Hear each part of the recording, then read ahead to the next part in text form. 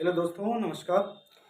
स्वागत है आपका मेरे यूट्यूब चैनल में। तो आज आपके लिए लेकर आए हैं हम उत्तल दर्पण के लिए सूत्र का नियम। हमने अवतल दर्पण के लिए आपको पढ़ा दिया था। अवतल दर्पण का आपका वीडियो पड़ा हुआ है और डिस्क्रिप्शन में हम लिंक भी भेज देंगे। तो आपका आज देखते हैं उत्तल दर्पण के लिए सूत्र का निगम। तो पहले बात तो हम इसके चिन्ह प्रॉपर्टी की बात किया करते हैं, चाहे वो उत्तल दर्पण के लिए हो चाहे वो अवतल दर्पण के लिए हो। तो उत्तल दर्पण में केवल 2 ही कंडीशन बनती है, जबकि अवतल दर्पण में आपकी 6 कंडीशन बना करती है ना। तो अवतल दर्पण में आपने एक चीज ये पढ़ा था कि उसमें ज्यादा से ज्यादा दूरी क्या थी, ऋणात्मक थी।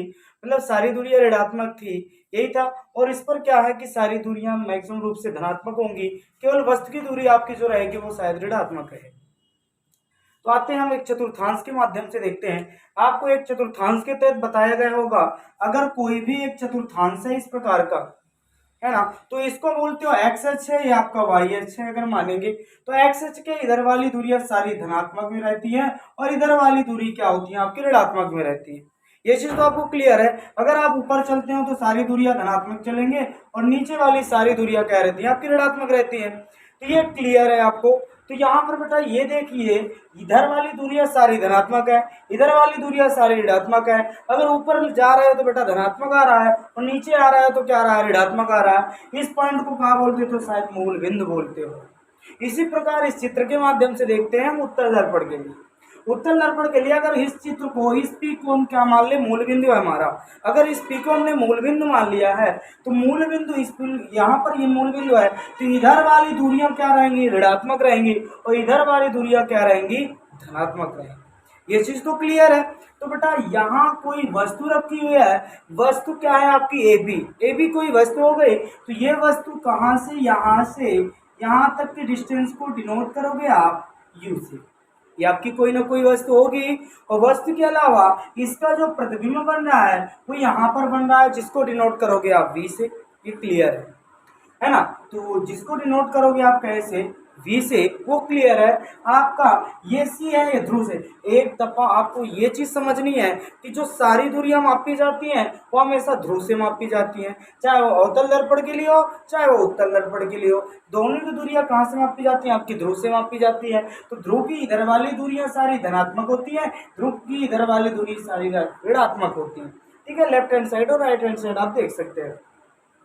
तो यहां से देखो पढ़ा होगा कि ध्रुव से वक्रता केंद्र तक की दूरी को बोलते हैं वक्रता त्रिज्या, ये बोलते हैं ना। ध्रुव से वक्रता केंद्र तक की दूरी को क्या बोलते हो आप, वक्रता त्रिज्या बोलते हो। ये चीज तो आपको क्लियर है। अब एक चीज और पढ़ा होगा कि ध्रुव से फोकस तक की दूरी को क्या बोलते हो आप, फोकस दूरी।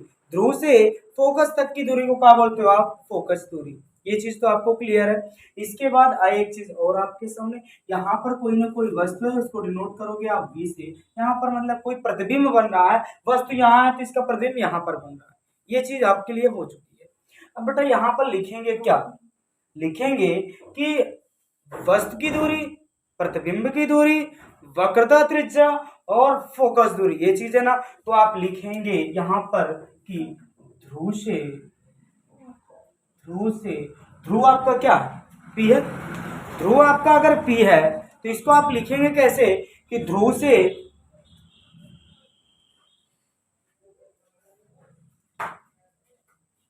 वस्तु की दूरी मेंशन करोगे कि ध्रुव से जो पोल से है वो क्या है, वस्तु की दूरी कितनी है। तो वस्तु की दूरी आप क्या बताएंगे यहाँ से, ध्रुव से वस्तु की दूरी, ध्रुव से वस्तु की दूरी यू है, जिसको डिनोट क्या करोगे, पी ए या ए पी से। क्या करोगे, पी ए या ए पी कह सकते हैं। पी ए कहोगे या आपको ए पी कहना होगा। ये चीज तो क्लियर है। तो यहाँ पर लिखोगे P A equal to U. क्या बेटा ये ऋणात्मक रहेगा, धनात्मक, इधर की दूरी है ऋणात्मक रहेगी, ये भैया ऋणात्मक। ये चीज हो गया। अब दूसरा क्या होगा, ध्रुव से वस्तु की दूरी आपने लिख ली और आगे लिखोगे ध्रुव से या लिख सकते हो पी से डायरेक्टली आप, ध्रुव से प्रतिबिंब की दूरी, प्रतिबिंब की दूरी। और देखो ये पी है, यहां पर आपका प्रतिबिंब बन रहा है ए डैश पर, तो इसको डिनोट करोगे P A dash equal to V. क्या ये पॉजिटिव रहेगा, जी हाँ बिल्कुल। इधर की सारी दूरियां क्या रहेंगी, धनात्मक रहेंगी तो ये आपका वीवी क्या हो जाएगा, पॉजिटिव हो जाएगा। नेक्स्ट देखते हैं, आपने लिख लिया प्रतिबिंब की। प्रतिबिंब के बाद देख लेते हैं ध्रुव से फोकस दूरी, ध्रुव से फोकस तक की दूरी। तो ध्रुव से फोकस तक की दूरी पी एफ बन रही है। क्या बन रही है, पी एफ बन रही है। पी एफ इक्वल टू बनेगा प्लस का एफ। ये चीज है, उधर की दूरी सारी धनात्मक होती है। इसके बाद आप क्या लिखेंगे, ध्रुव से वक्रता केंद्र तक की दूरी, या शुद्ध शुद्ध लिख दो वक्रता त्रिज्या। ठीक है, ध्रुव से वक्रता केंद्र तक की दूरी भी कहोगे तो वही डिफिनीशन क्या होती है आपकी, तक की दूरी। इसको डिनोट करोगे पीसी, और पीसी बराबर रहेगा आपको आर। आपको क्या करना है कि यू वी एफ में संबंध, it is the relation between U V and F, है ना, तीन में रिलेशन करना है, उत्तल दर्पण के लिए हो चाहे अवतल दर्पण के लिए हो। अब एक चीज आपको बताया गया था, एक समकोणिक ट्रायंगल का निर्माण होता है। जो समकोणिक ट्रायंगल होता है, इस पर भी हम निर्माण करेंगे और तुरंत इसका डेरिवेशन करते हैं। ये चित्र आपको समझ में आ चुका होगा। अगर हम लेते हैं एक त्रिभुज, अब यहाँ पर त्रिभुज की बात आ रही है तो यहाँ लेंगे त्रिभुज ए बी, पूरा त्रिभुज लेंगे A B C, A B C. ये पूरा हमने ट्रायंगल ले लिया पहली बार। तो अगर एक बार हमने त्रिभुज ए बी सी ले लिया है, दूसरी बार हम त्रिभुज क्या ले सकते हैं, ए डैश बी डैश और सी, ये ले सकते हैं। एक बार पूरा त्रिभुज ले लिया, एक बार लेंगे ए डैश बी डैश और सी को। ये पूरा त्रिभुज लेंगे, क्या लेंगे, ए डैश बी डैश और आपका सी रहेगा, ये त्रिभुज रहेगा। त्रिभुज ए बी सी तथा त्रिभुज ए डैश बी डैश और सी, इनको लेने पर इस या दोनों की कंपेयर कर दो, किसके तहत, एक समकोणिक त्रिभुज के तहत, समकोणिक। ठीक है, इसके तहत। अब इसको लिखते हैं भाई, हमने बोला था अगर रिलेशन लिखोगे लंब है तो इस पर भी लंब आपको देखना है। तो यहाँ पर आपका जो बनेगा तो क्या बनेगा, ए बी बटा ए डैश बी डैश। इस ट्रायंगल की पूरे की बात कर रहे हैं, इस ट्रायंगल की इतने की बात कर रहे हैं, तो इसका ए बी होगा तो इसके बटे में ए डैश बी डैश होगा। ये आपकी प्रमेय कह रही है। इक्वल टू बनेगा आपका, अब देखो इसमें पूरा आधार बन रहा है, कौन सा, पूरा आधार बनना ए सी, पूरा बन रहा है। यहाँ लेंगे ए सी, लेकिन इसके बटे में क्या रहेगा, ए डैश सी। यहाँ पर क्या रहेगा, ए डैश और सी। ये चीज आपको क्लियर हो चुकी है कि इसकी दूरी क्या बनेगी, ए डैश सी बनेगी। हमारा एक त्रिभुज का काम कंप्लीट हो चुका है। दूसरे त्रिभुज की बात करते हैं। अब अगला त्रिभुज आप लेंगे, त्रिभुज, एक त्रिभुज कंप्लीट। अब जब एक त्रिभुज कंप्लीट है तो आपको दो त्रिभुज दिखाई दे रहे हैं, ए डैश बी डैश और आपका यहां से त्रिभुज यहां तक कंप्लीट, सिंपली, है ना। दूसरा त्रिभुज है ए त्रिभुज ए डैश बी डैश और आपका एफ बन सकता है, ये त्रिभुज बन जाएगा। ठीक है, ए डैश बी डैश आपका एफ बन रहा है, त्रिभुज ए डैश बी डैश एफ तथा। अगला देखते हैं, एक त्रिभुज आपका एन डी एफ, ये भी तो पूरा पूरा त्रिभुज है, इसको हमने यहाँ खींचा है तो यहाँ बनेगा त्रिभुज एन डी एफ में। इसमें भी आप लगाओगे समकोणिक प्रमेय, समकोणिक। ठीक है, ये चीज यहाँ पर होगी और यहाँ पर भी करोगे। एक तो इसका विलोम लेंगे हम, एन डी बनेगा, बट्टे में क्या आ सकता है, इसका ये लिया तो इसका विलोम ना, ए डैश बी डैश कर दो भाई, A dash B dash equal to, इसका आधार लोगे। आधार क्या हो सकता, क्या यहाँ पर एन एफ मान सकते हैं, आधार यहाँ पर हम एन एफ मान सकते हैं, एन एफ, क्यों, यहां से यहां तक डिस्टेंस एम एफ मान लिया। बटे में आप क्या मान सकते हैं, आप त्रिभुज जो लिए हुए, आप त्रिभुज केवल ए डैश बी डैश एफ लिए हैं, अर्थात बिल्कुल ये छोटा सा त्रिभुज लिए हैं, तो इसका आधार बनेगा ए डैश एफ के रूप में। क्या बनेगा, ए डैश एफ के रूप में इसका आधार बन चुका। यहां तक क्लियर है। और एक चीज ये समझ लीजिए, जो एनडी है वो इसके क्या है, आपके समांतर है। तो यहाँ कर सकते हैं कि जो एनडी की वैल्यू है वो कृपया करके ए बी के बराबर है, और जो एन है वो पी के बहुत ही नजदीक है। तो जहां पर हम लिखते हैं एनपी, है ना, जहां पर हमने लिखा है एनपी, है ना, यहाँ पर एनपी नहीं है, एनडी है। एनडी, एनडी की जगह हम क्या लिख देंगे, ए बी। ये चीज हमने कह दिया, एनडी की जगह हमने लिख दिया ए बी। अब देखते हैं यहाँ पर हम लिख देते हैं ए बी बना, इसको इक्वेशन नंबर फर्स्ट मानोगे, इसको लगाओ ए बी बट्टा A dash B dash equal to N F बट्टा ए डैश एफ। यहाँ पर एन एफ तक हमने वैल्यू खींची। अब यहाँ पर एन एफ की वैल्यू, जो एन एफ है, ये एन एफ है, यहाँ से यहाँ तक की डिस्टेंस, एन को कह दिया कि ये पी के बहुत समीप है। एन यहाँ पर लिख सकते हैं, एन जो है वो पी के क्या है, पी के समीप होगा। अगर एन पी के समीप हो गया तो जहां पर हमने एन एफ लिखा है तो एन एफ को हम पी एफ के समथिंग मान लेंगे। एन एफ को पी एफ के जब जैसे ही समथिंग मानेंगे तो ये इक्वेशन बनेगा ए बी बटा A dash B dash equal to, यहाँ पे लिखोगे पी एफ बटा ए डैश एफ के, और इक्वेशन नंबर सेकेंड आपकी बन जाएगी। ये आपकी इक्वेशन नंबर आपकी कंप्लीट हो जाएगी। अब देखते हैं बेटा आगे इसका डेरिवेशन, या बस कुछ नहीं करना। अब एक चीज आपको देखना है, यहाँ पर लिख रहे हैं, यहाँ दिखाई ना देता होगा, दिखाई भी देता होगा, देखो हम यहाँ पे कंप्लीट कर रहे हैं। यहाँ दिखाई दे रहा है कि नहीं दे रहा, यहाँ दे रहा है। देखो यहाँ पर पहले लिखते हैं समीकरण एक तथा दो, ये चीज कर लो। तो आपने समीकरण तो पढ़ा होगा, तो हम जाकर कंपेयर करते हैं, देखो ये भी वैल्यू है, ये भी वैल्यू है, क्या इसके बराबर इसको हम कर सकते हैं? ये दोनों वैल्यू आगे की क्या है, समथिंग इक्वल है, तो ये वैल्यू हम इसके बराबर कर सकते हैं। ऐसे जैसे आपको दिया रहता था x बराबर इतना है, y बराबर इतना है, अगर दोनों की वैल्यू समान है x इक्वल टू आप y कर देते थे, उसी प्रकार यहाँ पर भी है। तो यहाँ पर आप लिख सकते हैं कि AC अपान का A dash C equal to P F बटे में है ए डैश एफ। ये चीज आप कर सकते हैं,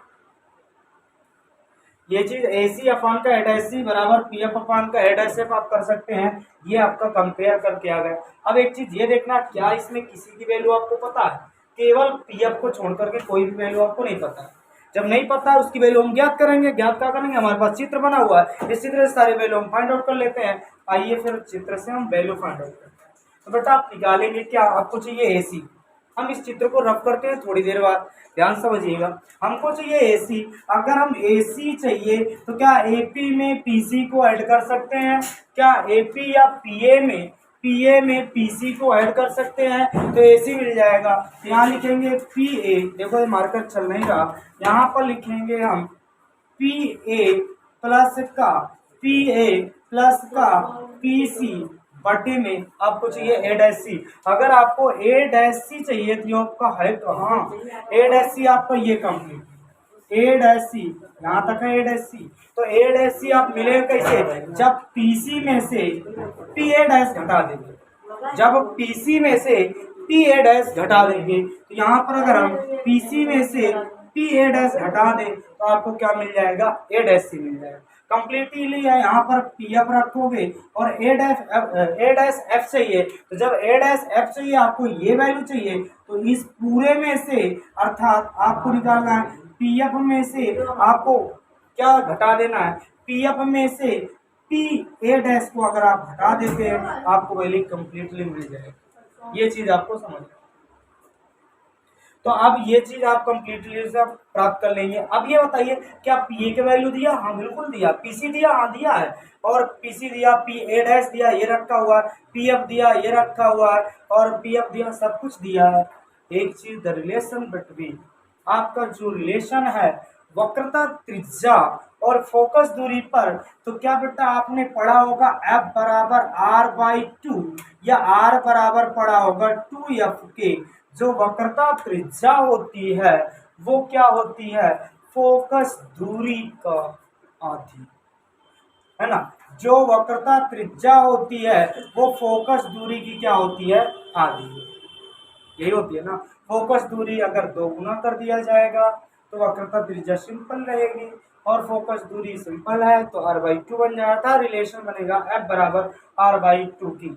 है ना। मतलब फोकस दूरी का 2 गुना वक्रता त्रिज्या होती है, या वक्रता त्रिज्या को 2 गुना कर दिया जाए तो आपको फोकस दूरी प्राप्त हो जाती है। सिंपली भाषा यहाँ पर वैल्यू पुटअप करते हैं। वैल्यू क्या पुटअप करोगे, पी की वैल्यू आपको पता है क्या है, माइनस का यू, यहाँ से रख दो माइनस का यू, प्लस पीसी की वैल्यू क्या है, आर है, आपको रख दो सिंपली भाषा में। पीसी की वैल्यू क्या है भैया, आर है, माइनस पी ए डैश यहाँ पर रखा है वी है, इक्वल टू पी एफ की वैल्यू क्या है, एफ होगी, पी एफ की वैल्यू क्या एफ है, माइनस पी ए डैश आपकी क्या है वी। कंप्लीट है। एक काम आपको क्या करना है कि आर की जगह क्या रखोगे, आर बराबर क्या है 2f, हर जगह 2f सिंपल भाषा में रख देते हैं, तो आर की जगह 2f रखोगे तो माइनस का u प्लस का 2f अपान का 2f माइनस का v equal to f upon f minus का v। क्रॉस मल्टीपल करा देते हैं, बिल्कुल सिंपल। इसका इस पर गुणा करा लेंगे, इस पर। अगर आपको स्पीड को ज्यादा लग रही हो तो कृपया करके इस वीडियो को धीमा कर लेना। आप 1 जितने में आपको 2x में अगर तेजी करना तो 2x में देख लेना, अंतर 1.5x में देख लेना, जो आपकी इच्छा हो। ठीक है, इसके बाद हम क्रॉस मल्टीपल कराते हैं, तो यहाँ पर आपको देखो यहाँ पर करा देते, इसका इसमें गुणा कराओगे तो ये बनेगा माइनस का u प्लस का 2f और मल्टीप्लाई बाई बनेगा f माइनस का v इक्वल टू f, यहाँ आएगा 2f माइनस का v। ये कंप्लीटली इतना बनेगा। अब इसका जब गुणा कराओगे तो क्या आएगा, माइनस का uf minus minus plus vu या uv प्लस का 2f स्क्वायर माइनस का 2vf equal to 2f square minus का v। कंप्लीट। अब देखते हैं आपका इनका और इनका हमने कर दिया पोस्टमार्टम, क्योंकि दोनों चीज पॉजिटिव है, हम कैंसिल कर सकते हैं, या उधर ले जाओगे तो आपका क्या होगा, निगेटिव में कैंसिल करके 0 हो सकता है। यहाँ से आप देखेंगे आपके पास बचा क्या है, जो चीज बचा उसको एक तरह ले आते हैं लेफ्ट हैंड साइड में, तो यहाँ बनेगा माइनस का uf प्लस का vu या uv माइनस का 2vf और माइनस इधर लाओगे तो बनेगा प्लस का, इधर बन गया 0।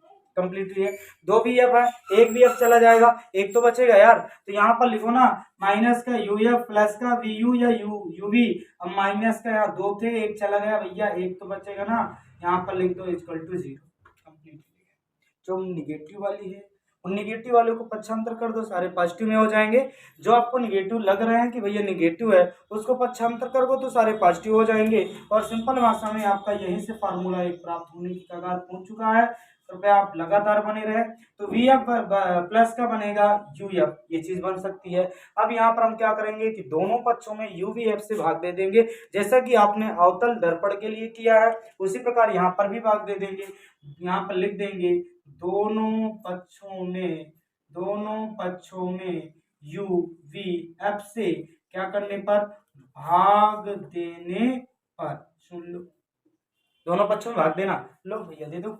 यहाँ पर लिखा वी यू बराबर U V F equal to V F बराबर U V F plus U F बटा यू वी एफ, ये हमने भाग दे दिया सर।